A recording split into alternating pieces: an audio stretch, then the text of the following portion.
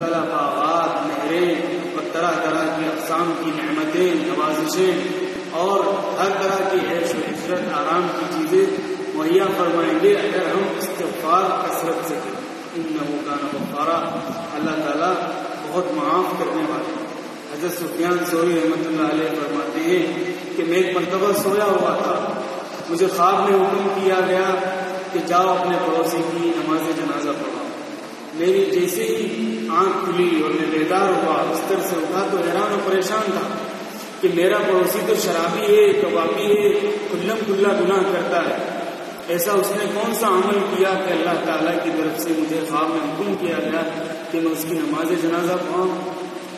جب گھر والوں سے دریافت کیا، معلوم کیا، پوچھ تاچھ کی تو پتہ چلا کہ جب اس بندے کا آخری وقت تھا تو اس کی آنکھوں میں آنسو تھے اور آج اسی سے کہہ رہا تھا کہ دنیا و آخرت کے مالک، اس بندے کے حال پر رحم فرما جس کے پاس نہ دنیا ہے اور نہ آخرت ہے۔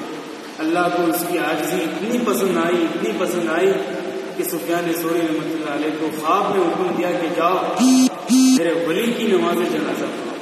تو پتہ چلا آدمی ولی بن سکتا ہے اگر استغفار کی کثرت کرے، اللہ کا محبوب بن سکتا ہے اگر استغفار کی کثرت کرے، اس کا ایمان پر خاتمہ ہو سکتا ہے اگر استغفار کی کثرت کرے، اس کے لیے دنیا میں ہی خوشخبریاں شروع ہو جائیں گی اگر استغفار کی کثرت کرے۔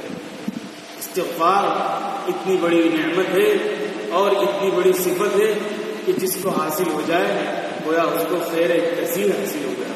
قرآن پاک کی عجیب آیت ہے، اللہ تعالیٰ فرمائے وَمَا كَانَ اللَّهُ لِيُعَذِّبَهُمْ وَأَنْتَ فِيهِمْ وَمَا كَانَ اللَّهُ مُعَذِّبَهُمْ وَهُمْ يَسْتَغْفِرُونَ۔ حضرت ابن عباس رضی اللہ عنہ نے اس کی تفسیر یوں کی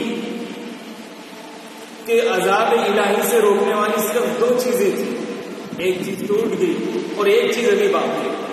جو چیز اٹھ گئی وہ نبی پاک صلی اللہ علیہ وسلم کی ذات ہے۔ اس آیت میں اللہ فرمائے یہ نبی جی جب تک آپ موجود ہیں ہم عذاب عمومی طور پر نازل نہیں کریں گے۔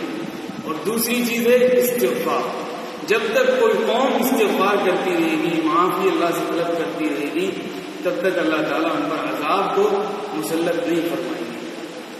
اور جب ایسے حالات ہوں، ہر طرف بدامنی ہو، جان و مال کا نقصان ہو، پریشانی اور وبا ہو، ہر طرف سے گرے ہوئے معلوم ہوتے ہو، تو ایسے حالات میں استغفار کی اہمیت اور اس کی کثرت کا تقاضا اور زیادہ بڑھ جاتا ہے۔ استغفار صرف دانوں اور تسبیح کے دانوں پر